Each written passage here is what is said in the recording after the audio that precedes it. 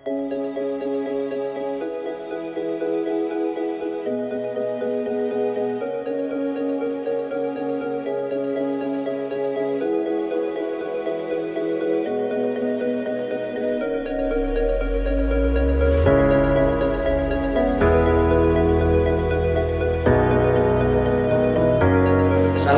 warahmatullahi wabarakatuh. Nama saya Umar Rosadi, dosen Prodi Pendidikan Agama Islam, Fakultas Agama Islam, Universitas Islam Nusantara, Kota Bandung. Saya pada semester ini mengampu mata kuliah Hadis Tarbawi. Hadis Tarbawi ini merupakan mata kuliah wajib bagi para mahasiswa pendidikan agama Islam. Deskripsi singkat mata kuliah ini merupakan materi kajian tentang hadis Tarbawi yang meliputi kajian tematik tentang pendidikan. Di dalamnya mencakup beberapa bahasan, ada konsep pendidikan, perintah belajar, perintah mengajar, tujuan pendidikan, bagaimana konsep pendidik dan siswa serta etikanya. Ada materi pembelajaran atau materi pelajaran, ada juga media pendidikan. Mata kuliah ini berbobot 3 SKS. Adapun pembelajarannya ini memenuhi komponen delivery, yaitu ceramah dan pemaparan di PowerPoint, yang kedua interaction, yaitu dengan melakukan diskusi dan assessment, melakukan ujian tengah semester dan juga ujian akhir semester. Kegiatan belajar mengajar ini dilakukan dengan sinkronus, yaitu tatap muka, baik tatap muka melalui online atau tatap muka langsung di kelas, dan juga asinkronus, yaitu siswa mengakses LMS yang sudah difasilitasi oleh pihak universitas, yaitu dengan platform Litera. Adapun capaiannya dari mata kuliah ini, pertama, mahasiswa meningkatkan kualitas wawasan intelektual tentang hadis Tarbawi, memiliki keterampilan menerjemahkan wawasan kepada praktik, dan memiliki keterampilan dalam menyampaikan hadis Tarbawi. Baiklah, mari kita sama-sama menyimak video kegiatan belajar mengajar saya dengan cara tatap muka di kelas. Bagaimana kabarnya teman-teman sekalian? Alhamdulillah.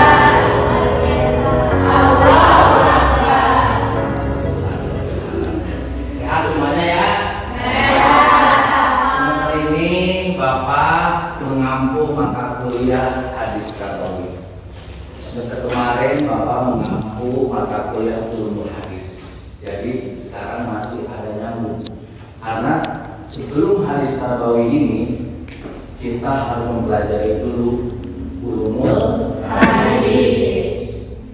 Hadis Tarbawi ini merupakan hadis tematik tentang pendidikan. Bagaimana pendidikan, konsep pendidikan menurut hadis. Bagaimana kewajiban belajar menurut hadis, bagaimana siswa dan etika menurut hadis, guru dan etikanya menurut hadis, juga metode pembelajarannya, materi pelajarannya, bahkan evaluasi dan media pembelajaran perspektif hadis. Bagi calon guru PAI ini wajib, mata kuliah ini wajib. Kenapa? Karena tentu umat Islam mempunyai 2 sumber yang sangat primer.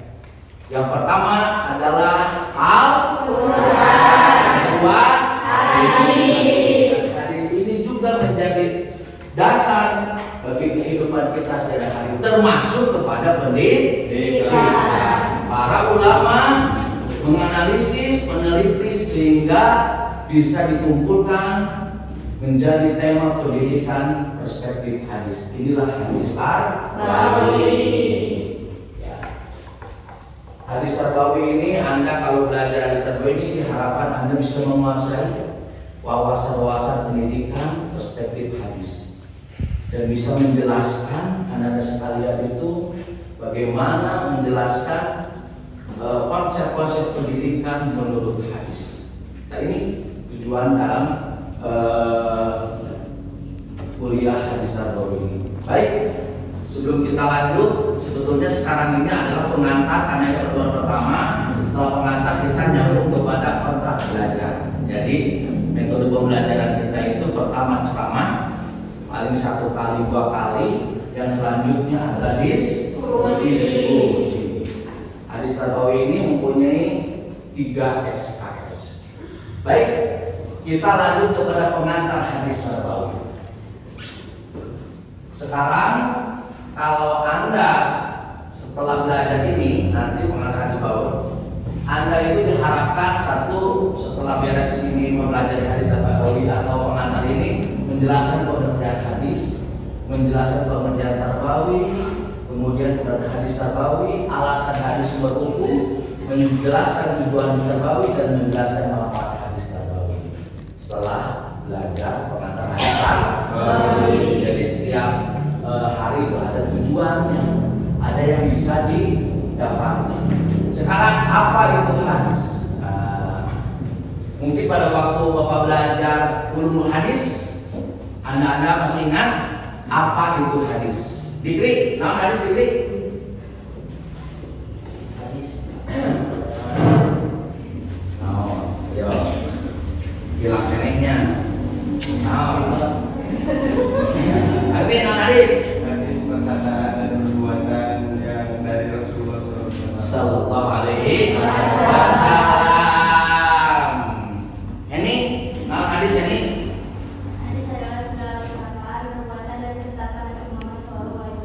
Alhamdulillah, mantap. Hadis itu ma'udi ila Rasulullah SAW min qaulin au fi'lin au taqrir. Malahan ditambah dengan hamiyah. Itu hadis. Ya, itu hadis. Kita lihat. Hadis secara bahasa adalah al-jadid atau namun baru. Hadis itu baru. Ya. Secara terminologi adalah segala sesuatu yang datang dari Rasulullah, baik perkataan, perbuatan, ketetapan dan harapan. Hamiyah. Perkataan Nabi, perbuatan Nabi, ketetapan Nabi tidak bicara apakah itu boleh atau tidaknya, tetapi ditambah dengan harapan-harapan. Hamiyah. Ya, ini hamiyah. Ini menurut dalam buku usul. Sedangkan menurut para muhaddisin adalah ma'qudi pada Rasulullah SAW kaulan au bilan au nahwiha atau semaksanya, itu bisa masuk kepada hamiyah. Jadi aku hadis itu pertama apa? Qaul. Ya. Yang kedua fi. Yang ketiga yang keempat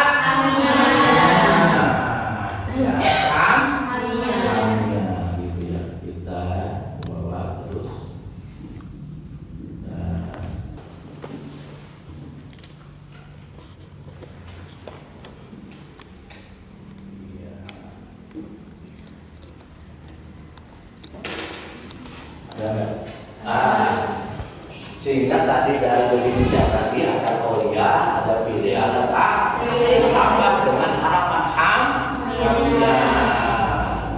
Kalau kolia kita sudah banyak tahu, qala Rasulullah sallallahu alaihi wasallam innamal amalu binniyat. Kalau hadis filia perbuatan Nabi yang paling ada. Tetapi ada takdiriyah, ketetapan Nabi, tidak dia melarang, dia juga tidak membolehkan. Seperti sholat maghrib, Nabi tengarana, Nabi minta, tapi ditambah dengan hamiyah sebetulnya ini ada. Ini memang paling disepakati, tapi ada yang memang ikhtilaf, yaitu hamiyah harapan-harapannya. Seperti contoh naon hamiyah teh pada waktu Asyura. Puasa Asyura itu bulan naon nih? Bulan naon? Hah? Muharram tanggal sabaraha Asyura teh? Jadi tanggal 10 naon? 10 Muharram. Ditanya oleh sahabat, ya Nabi Allah tanggal 10 Muharram itu orang Yahudi sama saum. Kata Nabi, ya tahun depan kita puasa tanggal 9 dan tanggal 10. Namun ternyata Nabi itu keburu diwafatkan oleh Allah. Maka ada dua pendapat. Menurut Imam Syafi'i, hamiyah itu bisa dipakai untuk dalil. Sedangkan Imam Hanafi kalau nggak salah itu tidak bisa dipakai untuk dalil. Maka tiga inilah yang disepakati. Tapi kita itu memakai hamiyah juga, memakai dasar hamiyah sebagai dasar dalil untuk kita melakukan perbuatan atau ibadah. Selanjutnya, sekarang apa itu tarbawi? Tarbawi itu asal dari tarbiyah, pendidikan. Dalam buku pendidikan Islam itu ada tarbiyah, ada takdim, ada taklim, ya. Kalau taklim itu lebih kepada pendidik, tapi kalau tarbiyah ini lebih pendidikan.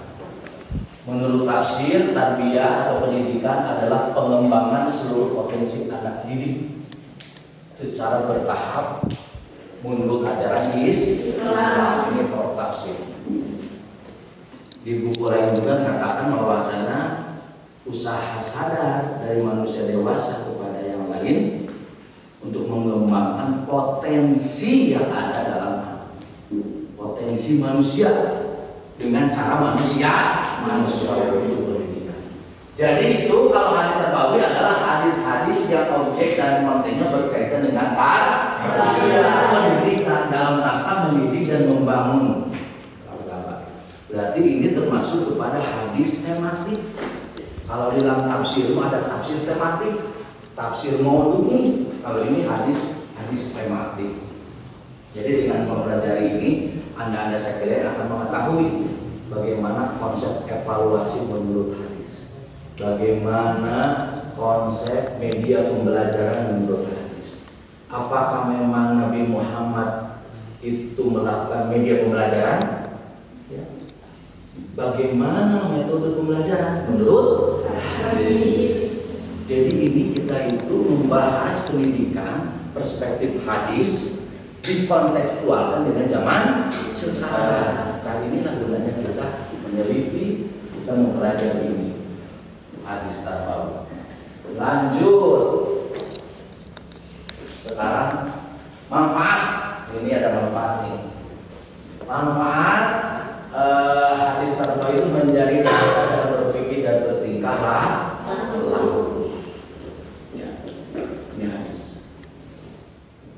Jadi kita itu bertingkah laku tidak asal, semuanya berdasarkan dalil. Walaupun dalilnya secara ijmali, gak mungkin Nabi itu menunjukkan ini metode pembelajaran, ini media pembelajaran, ini evaluasi, tidak. Tapi para ulama meneliti, menganalisis, inilah media pembelajaran, inilah evaluasi pembelajaran. Jadi apa yang kita lakukan sadar itu berdasarkan dalilnya. Ya, karena pedoman kita itulah hadis. Yang keduanya, kita itu bina pasti akan berpikir berargumentasi yang jelas. Ya, tidak ngasal. Ada segala macam, ada argumentasi, ada alasan kenapa kamu lakukan ini alasannya, ini dalilnya, sampai mau ini hadisnya, subhanallah. Ya. Yang selanjutnya pendidik dan peserta didik akan terbimbing agar tetap menganalisa dan mendalami hadis. Jadi, alif kamu belajar hadis tarbawi ini diteliti hadis teh. Naon gitu ya?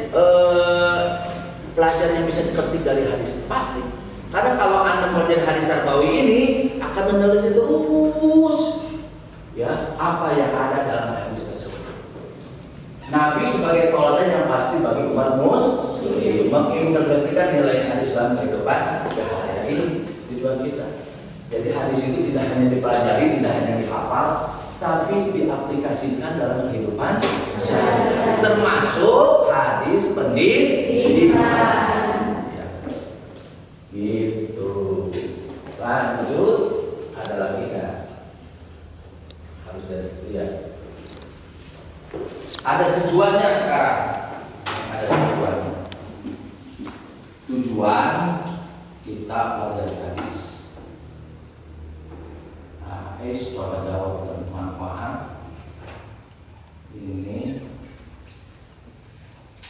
Ini tujuan hadis tarbawi. Kenapa kita mempelajari hadis tarbawi? Ada tujuan-tujuannya. Ya.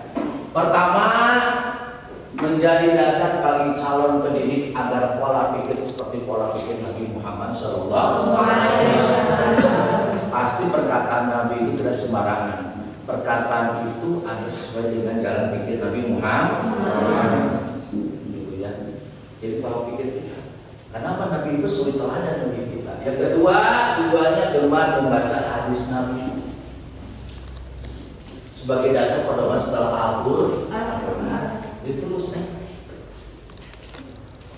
Ki Hasyim Asy'ari itu sangat penghafal hadis, sangat hafal hadis. Dia itu hafal hadis sampai ke sana-sana dengan Ki Hasyim Asy'ari. Maka dia disebut dengan muhaddis, orang yang ahli hadis, Ki Hasyim Asy'ari. Jadi kalau sudah kita tahu hafal hadis, gerakan kita, tingkah laku kita itu seolah teratur. Para kiai dulu begitu, kiai dulu jangan bicara, berjalan tenang. Kenapa? Karena ada pedoman yang dipakai, yaitu hadis. Agar terhindar dari taklid buta, turun munding. Taklid buta dan turun munding. Turun kayu tak kulon, kawetan, turun. Tidak bisa. Anda sebagai mahasiswa tidak bisa begitu. Minimal Anda tahu ini hadisnya. Minimal Anda tahu ini dalilnya. Walaupun tidak mengerti fikih, tapi Anda tahu lah. Jadi tidak sembarangan, tidak taklid buta. Yang keempat, dapat merefleksikan hadis Nabi dalam kehidupan sehari-hari, terbuka akan pemikiran pendapat atau pemikiran lain. Kenapa? Karena yang memahami hadis itu tidak hanya kita. Hadis itu ya. Dua dalil ini, Quran dan hadis itu adalah terbuka. Siapapun bisa baca, siapapun bisa memahami. Mungkin aja Henny dengan Jenny dengan Rumli akan berbeda memahami satu hadis. Tetapi dengan ilmu pengetahuan insya Allah akan sama. Tetapi ingat ya, pemahaman itu berbeda. Pemahaman berbeda itu ditunjang dengan keilmuan. Nah ini yang penting sekali tujuan kita mempelajari hadis Nabi.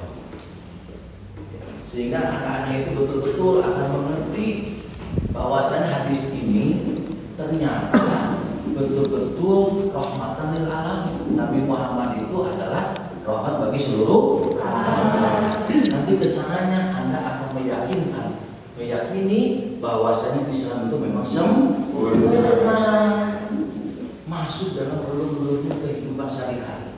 Walaupun itu dalil ijma' Islam, ya tidak apa-apa. Ini tugas kita untuk meneliti semua. Nah, itulah tentang hadis. Nah, ini sudah ya tadi disebutkan bahwasanya kenapa memakai hadis, karena hadis adalah sumber hukum kedua, dan hadis ini menjadi tafsir Al-Quran, dan hadis ini menjadi aplikasi dari Al-Quran. Ini sudah ya, ini adalah Rasul. Nah, inilah beberapa kenapa kita mempelajari hadis Nabi. Ini pengantar bagi kita semua. Minggu depan kita akan diskusi ya, tentang konsekuensi, tentang kewajiban belajar. Jadi anak sekalian membagi kelompok. Ya, baik, teman-teman sekalian, ini pengantar. Sekarang coba Anda Bisa nggak jawab ini nih? Yang tadi diserap ya. Kira-kira nih. Siapa nama kamu teh? Hah? Siapa? Iya ya. Jadi ya coba jawab aja. Apa yang disebut hadis? Hadis adalah perkataan, ucapan, perbuatan, dan harapan-harapan dari Rasulullah. Mantap. Cing Rumli jelaskan pengertian tarbawi dan hadis tarbawi. Tarbawi itu apa sih? Secara bahasa tarbawi adalah Pendidikan. Pendidikan apa? Nah, pendidikan. Ini target apa? Apa ini? Pendidikannya usaha sadar. Yang mengembangkan potensi, ya terus. Hai hadis tarbawi naon tuh neng? Hai kamu hadis tarbawi naon tuh? Hai kamu hadis tarbawi naon? Apa? Nah hadis tarbawi naon? Hadis yang menerangkan tentang yang berhubungan dengan pendidikan. Iya, terus. C. Tujuan hadis tarbawi, kita punya hadis tarbawi apa? Tujuan satu disebut kebetulan. Jadi dasar untuk apa? Kehidupan sehari-hari menjadi dasar kita dalam kehidupan sehari-hari. Salah satunya jelaskan manfaat. Coba Nur, manfaat apa Nur? Untuk menjadi dasar dalam bentuk Terus? Ya.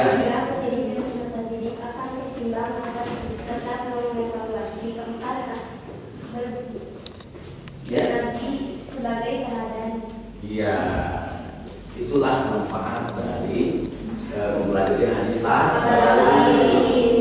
Baik teman-teman sekalian, untuk minggu depan ya ada sekalian diskusi. Caranya gimana?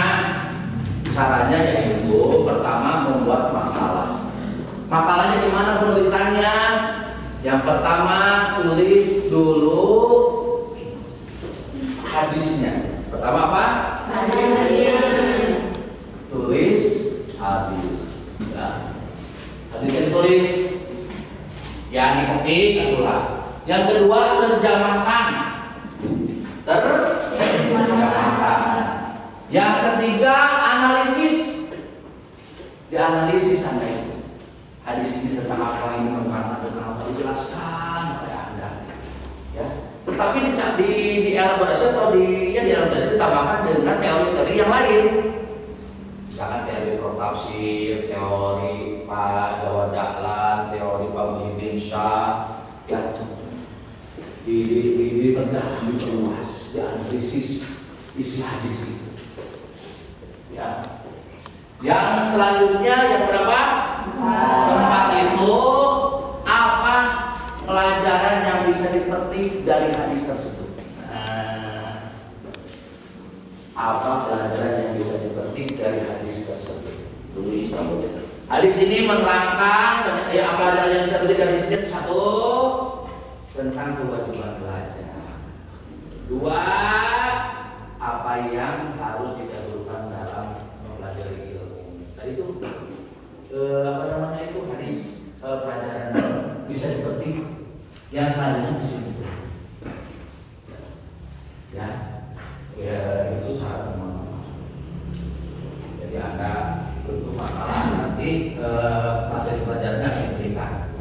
Ingat, biasa ya penilaiannya pertama adalah kehadiran 10%. Yang kedua adalah tugas 20%, UTS 30%, UAS 40%. Keaktifan pun akan dinilai. Nah, itulah ingat ya, kehadiran kurang dari 10% atau 3 kali lah, lebih dari 3 kali tidak hadir, tidak bisa ikut ujian. Akhir. Baik, Ada yang tanya? Silakan. Oh, tanya naon? Boleh. Silakan. Dibuat berapa kelompok? Bisa, kan semuanya ada 16 kali pertemuan. Dikurangi 2 kali ya, tes dan 2 sama bapak 1 ini berada tinggal berapa lagi? 13 kelompok saja. Mungkin kalau ini muridnya 13 sanggup nanti. Kalau ini 20 bisa 2.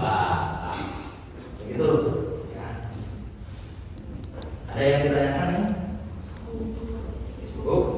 Baik teman-teman sekalian, dari Bapak cukup sekian pertemuan pertama ini. Kita akan bertemu lagi di pertemuan kedua ya, dengan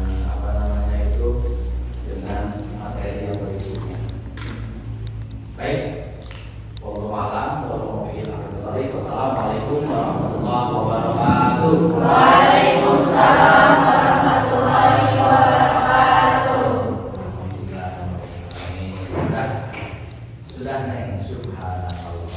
Wa bihamdika asyhadu an la ilaha illa anta astaghfiruka wa atubu ilaik. Innal insana lafi khusrin illa alladziina aamanu wa 'amilus sholihati wa tawassaw bil haqqi wa tawassaw bis sabr.